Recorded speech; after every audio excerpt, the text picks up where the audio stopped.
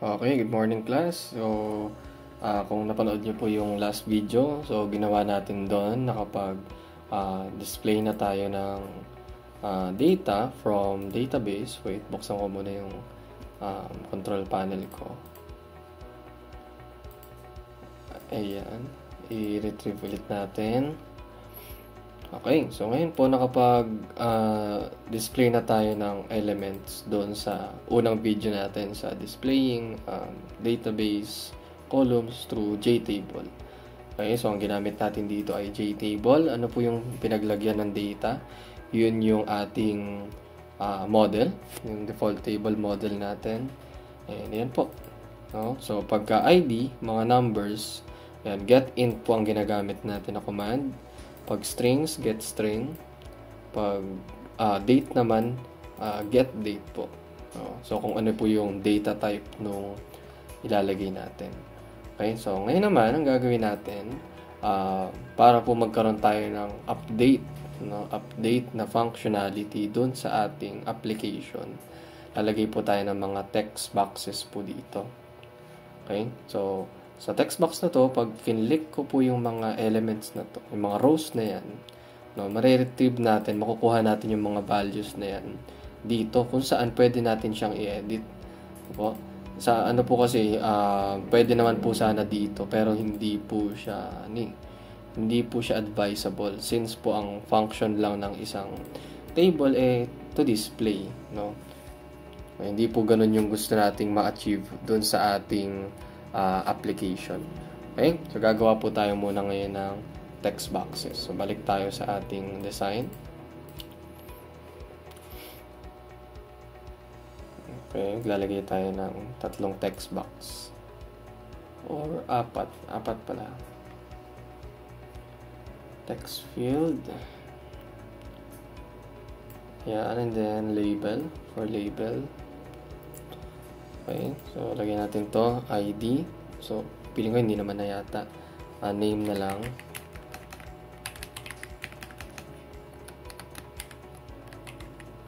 Okay. Then, enlarge natin to. Ito na yung magiging template natin. Ay, sorry. Edit natin yung text. Tanggalin natin yung text sa loob. Okay na yan.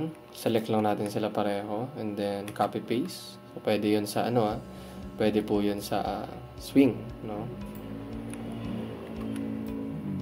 And then, palitan na lang natin yung mga values. Tingnan natin age.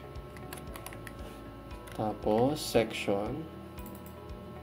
Double-click lang po yung ginagawa ko.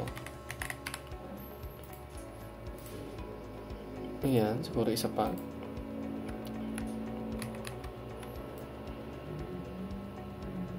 Okay, then birthday.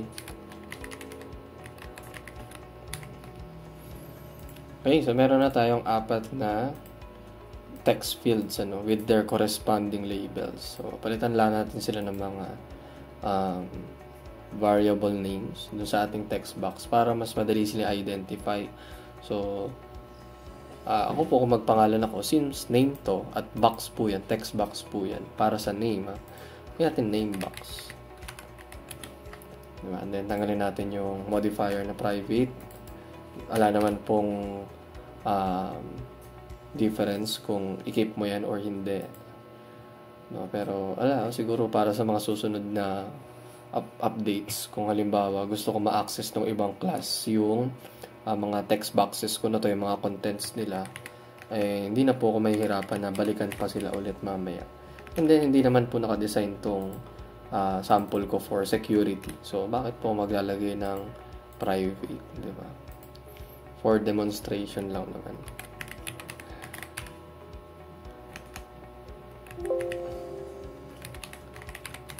So, camel type yung ginagamit ko pong convention. So, malaki po yung maliit po yung unang letter.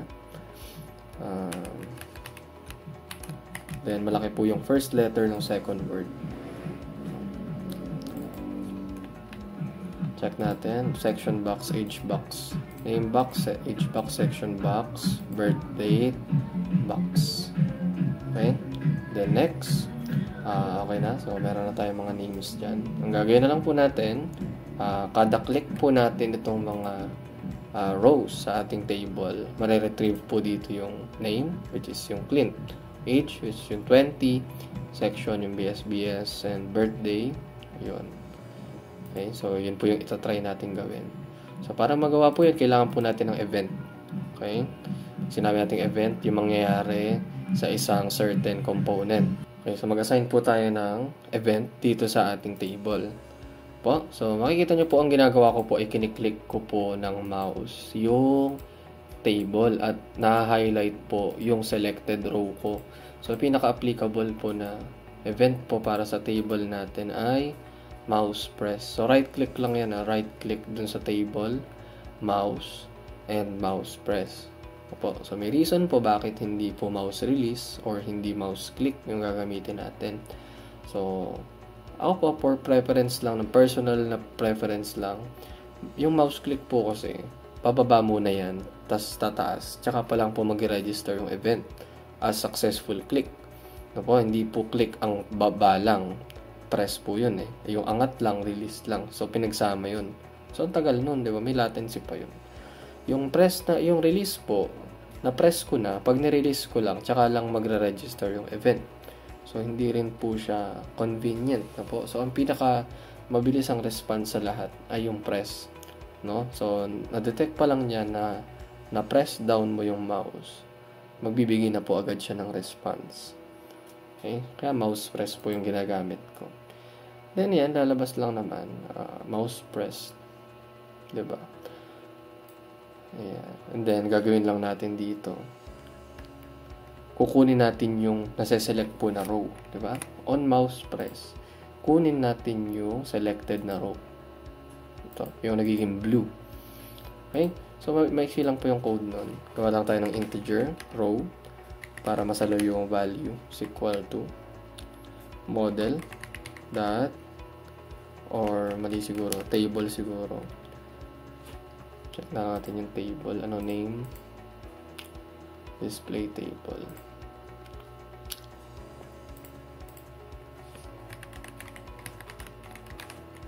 That get selected. Oh. Okay.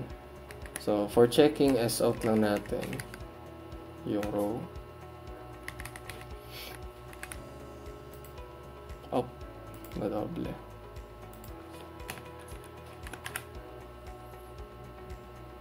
Okay. So, check natin kung first row ba siya. 0. Tama. First row. Start point 0. 1, 2. 2, 1, 0. Okay. So, tama. So, gumagana po yung ating get selected row. So, yung row na yan, yan yung gagamitin natin para makakuha ng different columns. Opo. Since alam natin compose siya ng rows and columns, ano. So, ngayon alam natin kung anong row. Identify na lang natin kung pang ilang column si name, si age, si section, at si birthday. Okay. So, mag-start muna tayo by filling the name box. Okay. Name box. That set text. Set text is a command that is used to set a text. Pag sinabi mo set, kasi tatanggalin mo yung previous text, ipapalit mo yung text na yan. Okay? Set text, then model. Since po yung data ng isang table ay nasa model, so doon din tayo kukuha ng value. Diba? That get value at. Okay, so 0, alam na natin kung pang ilang row. Ang tanong na lang ngayon ay pang ilang column po siya.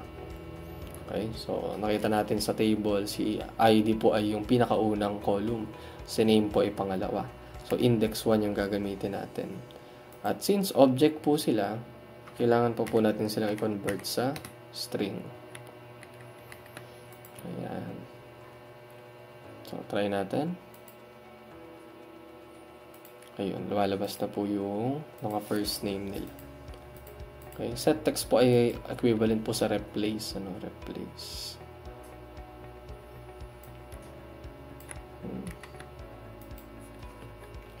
Same lang din siguro sa age box. Set text. Get value at row 2. Wala naman pong to integer sa pagkakaalam ko. To int, wala naman. Okay. So, since nga po yung set text, text box string lang din naman tinatanggap niyan. So, okay lang yan. Then, isa pa. Section. Box. So, 3. And then, check lang natin yung name. Kalimutan ko. bday box.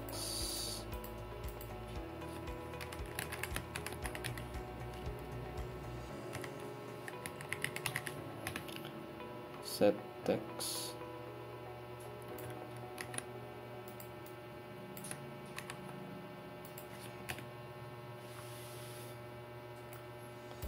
Row 4. Oh, yun. Kulang po tayo ng isang parenthesis. Okay. Okay. So, lumalabas na po siya. Okay. So, ngayon po, ayan, nakakapag-retrieve na tayo ng data dun sa mga individual na text boxes. So, ano po na-offer na functionality niyan? Pagka pinipindot mo, lumalabas.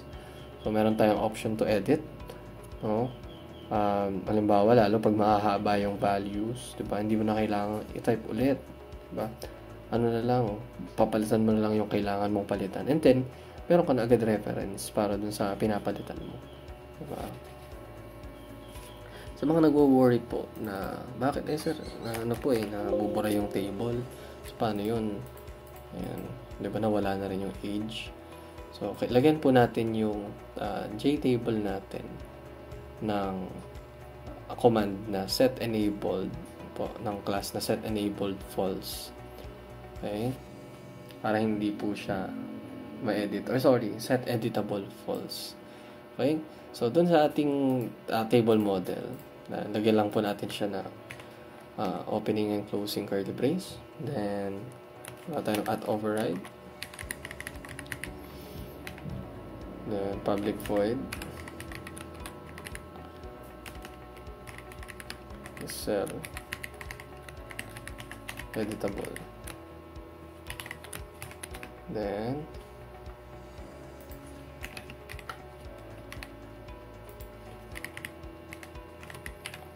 return false. Okay, so rin na maglagay ng dalawang arguments. Intro. In column. Mali lang po ako sa data type. Okay. So, return false tayo. Sorry. Okay. Ngayon po makikita nyo, non-editable na siya. So, ito na lalagay nyo. So, mag-override kayo. Lagyan nyo muna ng curly brace to. Public boolean is cell editable. If true, pwede siyang i-edit. False, hindi siya pwedeng i-edit. Okay. So, para wala na po kayong ibang magagalaw kung hindi yung table lang natin.